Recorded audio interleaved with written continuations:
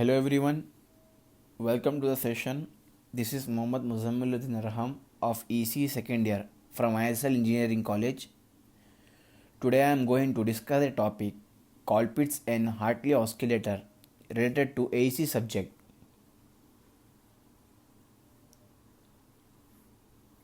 So here are the contents. First we are going through introduction, then classification of oscillator, then again types of oscillators. Then we'll start our main topic Colpitts oscillator and Hartley oscillator.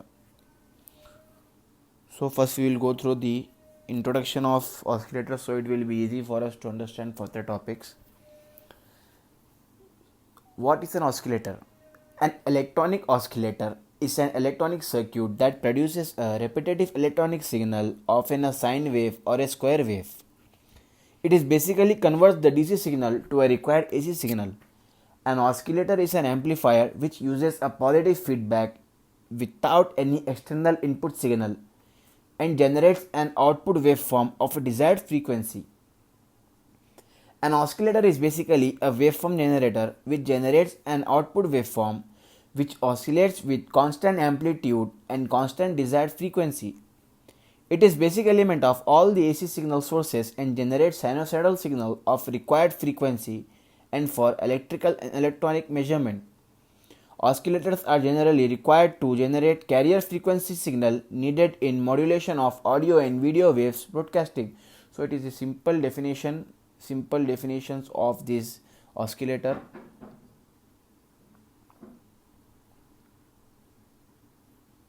So now we are comparing oscillator with an amplifier. We are differentiating both. So first, in amplifier, negative feedback is applied, but whereas in oscillator, positive feedback is applied. Amplifier strengthens the input signal without any change in frequency, but oscillator strengthens the causing charge as well waveform. Amplifier require an external wave signal to be applied, but oscillator is just required a DC signal. So this above is the comparison between amplifier and oscillator. So next we have merits of oscillator. Portable and cheap in cost. An oscillator is a non-rotating device, consequently there is no wear and tear and hence longer life. Frequency of oscillation may be conveniently varied. Frequency once set remain constant for a considerable period of time. It operates at a very high efficiency since there is no wastage of energy due to friction. So here we will have two factors responsible for the stability of frequency. The two factors of the first factor is variation in power supply. The second one is variation in intermediate capacitance. Now we are using here a Barkhausen criterion which says that the loop gain A beta is greater than n equals to 1. The phase shift around the circuit must be 2 pi or multiple of 2 pi. As the feedback in this case is positive, if loop gain increases, then gain increases. So we should remember this Barkhausen criterion, it's very important. So next, types of oscillation. There are two types of oscillation, damped oscillation and undamped oscillation, which is also called as sustained oscillation. So first we will define damped oscillation. The electrical oscillation whose amplitude goes on decreasing with time are known as damped oscillation. So what is damped oscillation? In damped oscillation, the amplitude goes on decreasing with time, which is nothing but the damped oscillation. And undamped oscillation, the electrical oscillation whose amplitude remains constant with time are known as undamped oscillation. The undamped oscillation simply means whose amplitude remains constant is further known as undamped oscillations. So here are some basic types of oscillators. The above chart shows the different types of oscillators. So oscillator is divided into harmonic and relaxation. Then again harmonic is further divided to RC, LC and other. In RC we have Hartley, Colpitts and Clapp. So we will not discuss all of them, but we will discuss two main oscillators, Hartley and Colpitts. So we will start with Colpitz's oscillator. So first we will go through the circuit diagram. The above figure shows the circuit diagram of Colpitz's oscillator. We can observe that the above circuit, the junction of C1 and C2 is grounded, and also two series capacitors C1 and C2 form potential divider network. There are also resistors R1, R2 and RE. So now we will go through the construction so we can understand this circuit diagram easily. Yes, construction. It consists of basically a LC phase shift network known as tank circuit and a single stage invariant capaciting amplifier. Two series capacitors C1 and C2 form potential divider network. The voltage across C1 is feedback positively. The resistors R1, R2 and RE provides the necessary DC bias to keep the resistor in active region. The potential divider network is formed by RE and CE along with resistance R1 and R2 to provide stability to the circuit. The radio frequency coil RFC at which VCC is applied helps in easy flow of current as it allows the DC current to flow easily and blocks the high frequency current. The output is taken out of this inductor by transformer coupling. The junction of C1 and C2 is grounded. So it was the construction of the circuit diagram. Now we will look through the operation. When collector supply voltage VCC switched on, then a transient current flows through the tank circuit. The current produces an AC voltage across C1 and other AC voltage across C2. Thus the tank circuit produces a 180-degree phase shift between output collector voltage and feedback voltage. The transistor produces a further 180-degree phase shift. This capacitor discharged through the coil L. The coil again discharged through the capacitors and the oscillation start up. The above diagram shows the H equivalent circuit of Colpitz's. You can observe. Then next, frequency oscillations. There are two general assumptions. First one is if HR is too small, so the source HRE Vout is neglected. And the second one is if HO is small, so 1 by HOE can be neglected. So now we will go to find the frequency of oscillations. So here we are finding the frequency of oscillations. We know that to find the frequency of oscillations, we have to find values of AV and also the values of beta. To find the values of AV, here the formula is given AV equals to V0 by Vi. We know that AV is equals to V0 by Vi, where AV is voltage gain.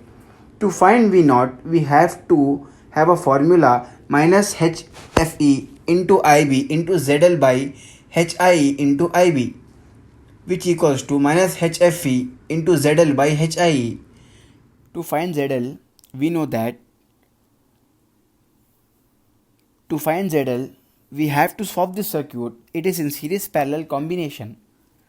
Now we are finding beta. We know that beta is a feedback gain and also beta is equals to VF by Vout, which is nothing but feedback by output.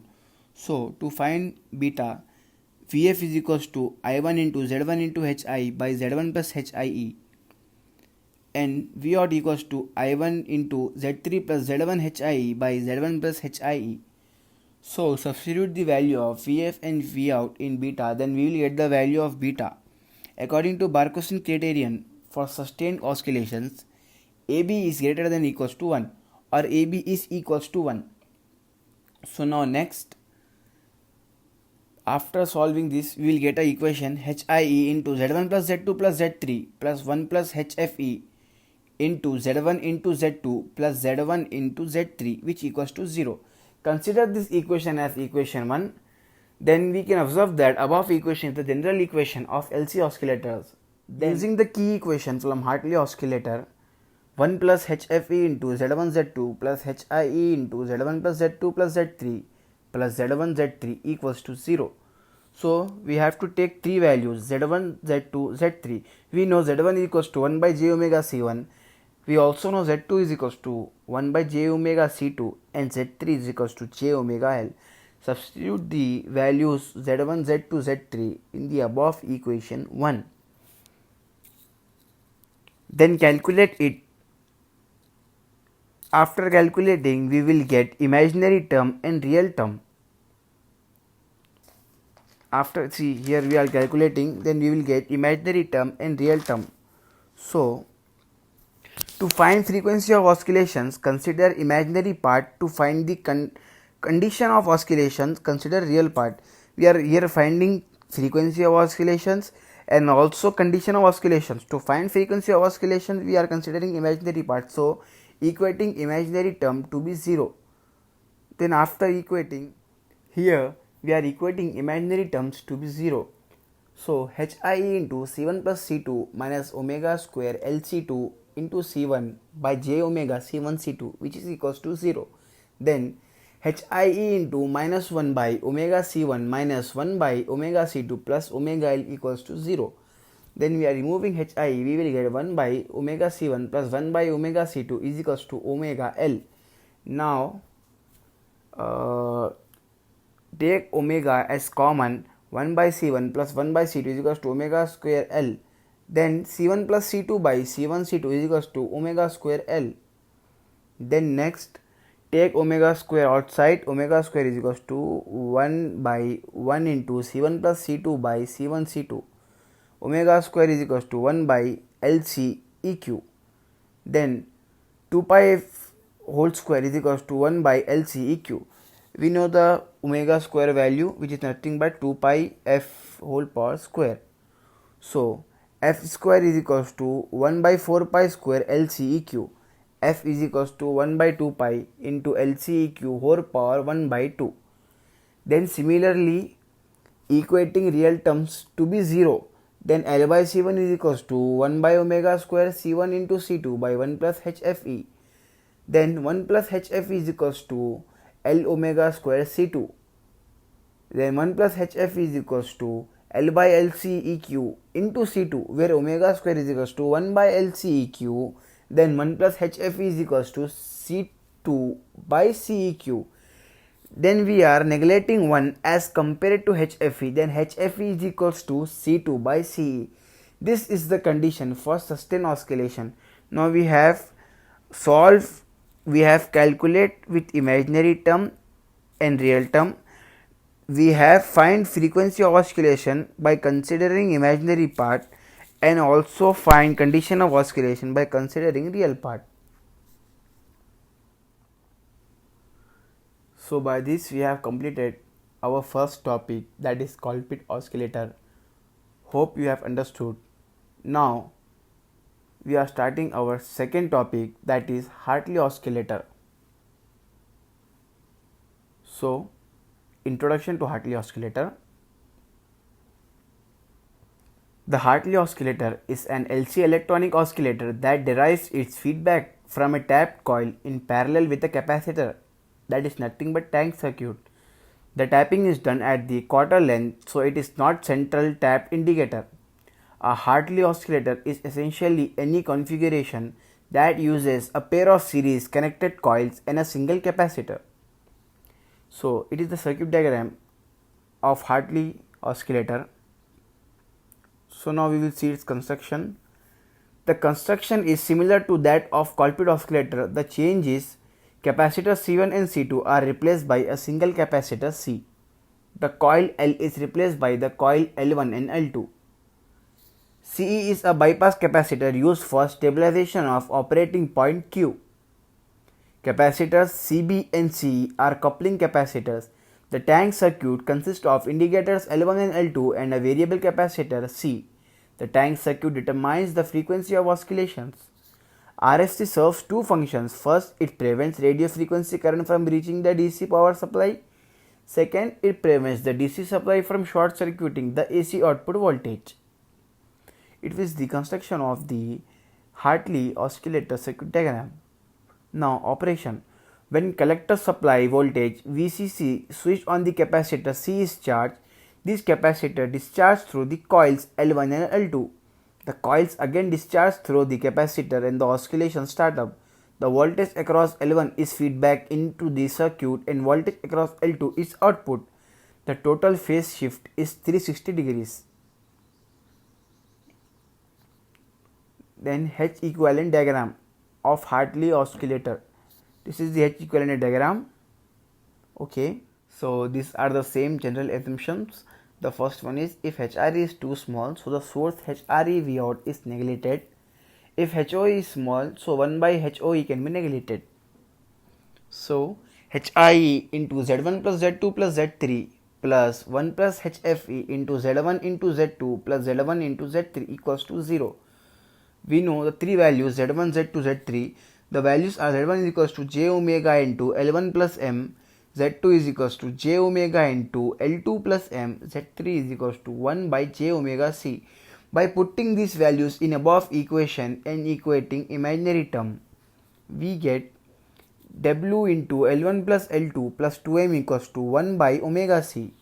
Then omega square into C equals to 1 by L1 plus L2 plus 2M, where omega square is equals to 1 by C into L1 plus L2 plus 2M. Here neglecting the mutual inductance and putting W is equals to 2 pi F, which is nothing but omega is equals to 2 pi F. So 2 pi F square is equals to 1 by C into L1 plus L2 plus 2M, which equals to F is equals to 1 by 2 pi into C into L1 plus L2 plus 2M into the power of 1 by 2. Then it equals to 2M plus L1 plus L2 is equals to LEQ. So finally F is equals to 1 by 2 pi into LEQ C whole power 1 by 2. So it was the equating with imaginary term. Now we are equating real term to 0. Then omega square into 1 plus HFE into L1 plus M into L2 plus M is equals to L1 plus M by C. Now putting the values of omega square, then we get 1 plus HFE into L2 plus M by LEQ into C equals to 1 by C. So that gain HFE is equals to L1 plus M by L2 plus M. So we have brought up the values from equating real term and also equating imaginary terms. So now here we have advantages of Hartley oscillator.